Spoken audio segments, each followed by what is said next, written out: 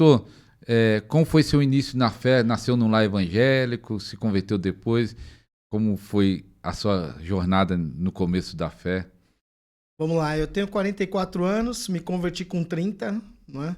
Já bem tarde, eu sou formado em psicologia, psicanálise, enfim, tive toda uma carreira nessa linha mais da ciência, do comportamento humano. Mas o que aconteceu? Com 30 anos eu conheci Jesus, não é? Fui apresentado a Jesus através de um homem de Deus muito inteligente, muito relevante, que lia grego e hebraico. E ele foi meu primeiro líder, pastor Pedro. E aí, após esse momento de conversão, a minha fome por Deus só aumentou. Não é? Foi uma busca muito grande, sempre, não é? Por mais de Deus. Porque assim, eu vim de berço espírita, não é? Minha mãe, eu costumo falar pro pessoal que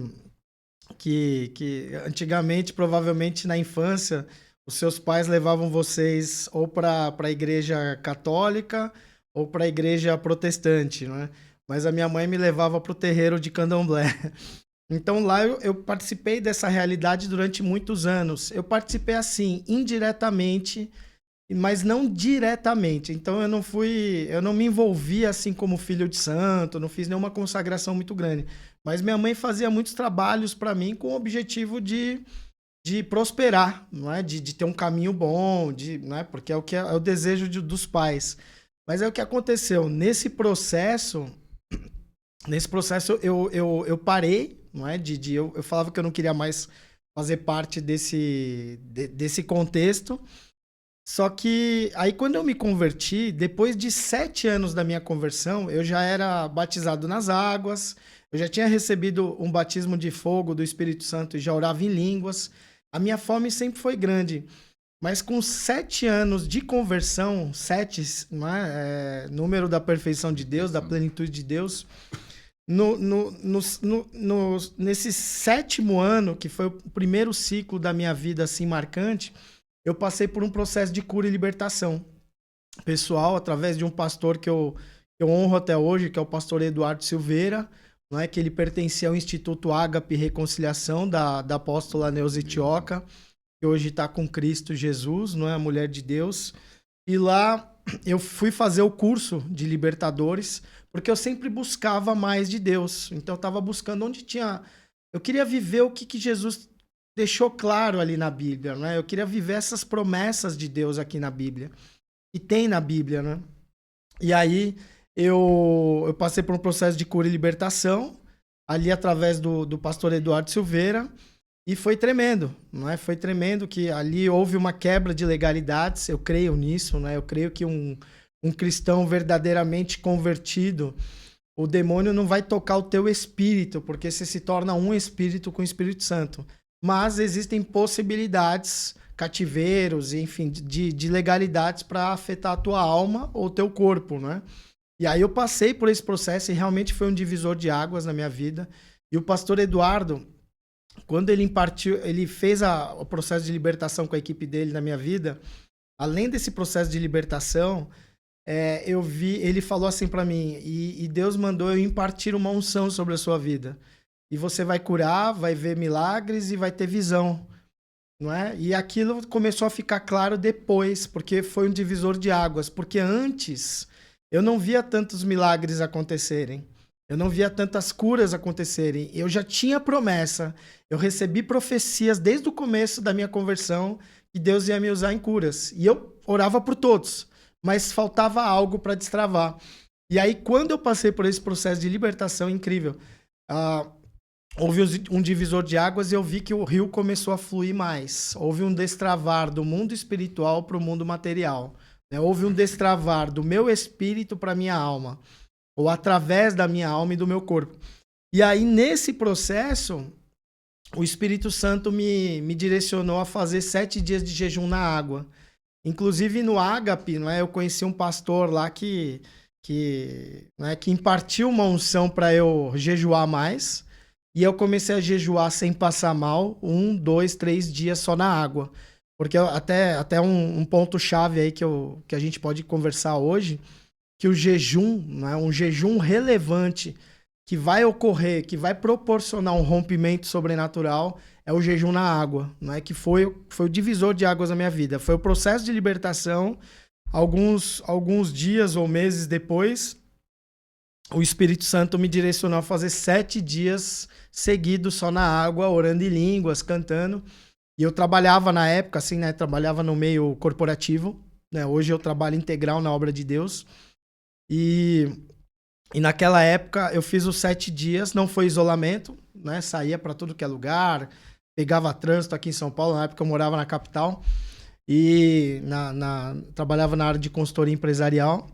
E aí, após esses 7 dias de jejum na água, houve um rompimento na minha vida. Eu pensei que ia abrir a minha visão, que ia ter visão aberta, que ia ver anjo, demônio e tal. Ou que ia ter alguma experiência muito poderosa durante o jejum. Mas assim, a experiência mais importante que eu tive, que eu tenho até hoje, foi de sentir a presença de Deus de forma mais tangível. O fogo, a presença tangível no corpo. Então eu chorava muito, muito quebrantado, não é? Muito limpo, né? Num nível maior de santidade. E aí, após o 7º dia, o que foi muito interessante, no 8º dia, não aconteceu nada até então, mas no 8º dia, quando eu tinha entregado o jejum, né? Eu entreguei o jejum, e aí no 8º dia eu passei pelas ruas, eu fui caminhar pelas ruas, fui pegar meu filho primogênito na escola, e eu passei por uma mulher. E aí, claramente, eu tive uma visão sobre o corpo dela. Eu tive uma visão, uma palavra de conhecimento, uma revelação sobre o corpo daquela mulher. E aí eu parei e perguntei para ela: a senhora tem um problema aqui e aqui no ombro e aqui na cintura? Ela falou: tenho dores nesses lugares. Eu falei: posso orar por você? Na hora que eu orei por ela, instantaneamente ela foi curada. Aí eu falei: uau, ganhei superpoderes. Glória a Deus, não é? E aí nesse processo, aí eu comecei a ficar doido, porque aí a partir dali eu percebi que o jejum rompeu os dons, não é? Como assim o jejum rompeu os dons? Aquilo provavelmente, até que eu falo, que parece que está incubado no teu espírito. E aí quando você jejua na água, é claro, adorando em espírito, orando em espírito, ocorre o que? Um rompimento do mundo espiritual para o mundo material, do espírito para a alma. A minha alma... Porque o que o jejum ele faz?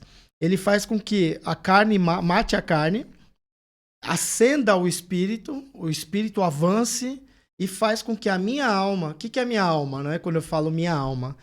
A minha alma... O que pertence à alma? Resumidamente, emoções, mente, pensamentos e vontade. Não é? Emoções, pensamentos e vontade. Basicamente, lógico que tem muitas outras áreas da faculdade da alma, mas a gente pode dizer que a alma é dividida nessas 3 partes. Mente, né? Pensamentos, vontade, sentimentos.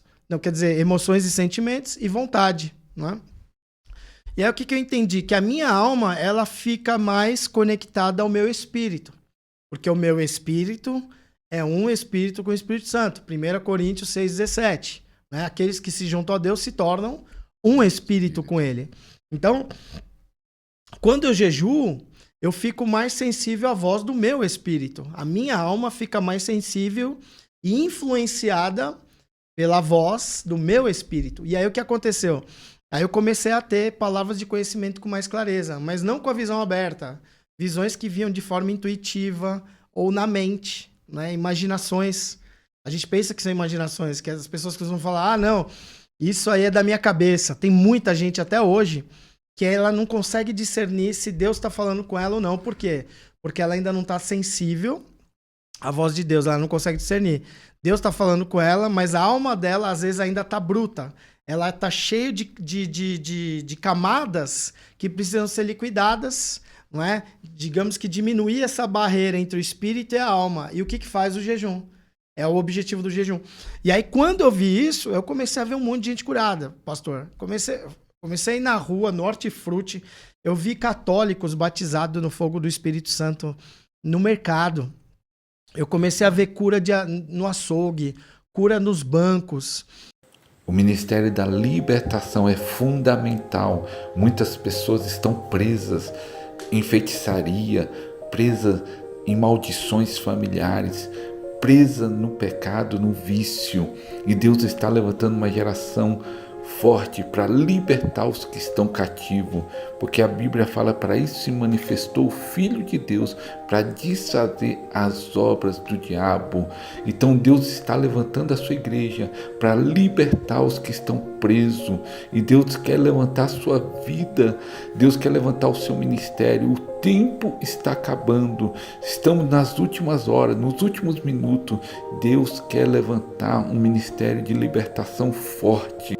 Por isso, aproveita agora, aproveita esse super promoção, super oferta, 10 e-books sobre cura e libertação. Aproveita enquanto há tempo, aproveita essa oferta, link na descrição, vai durar pouco tempo.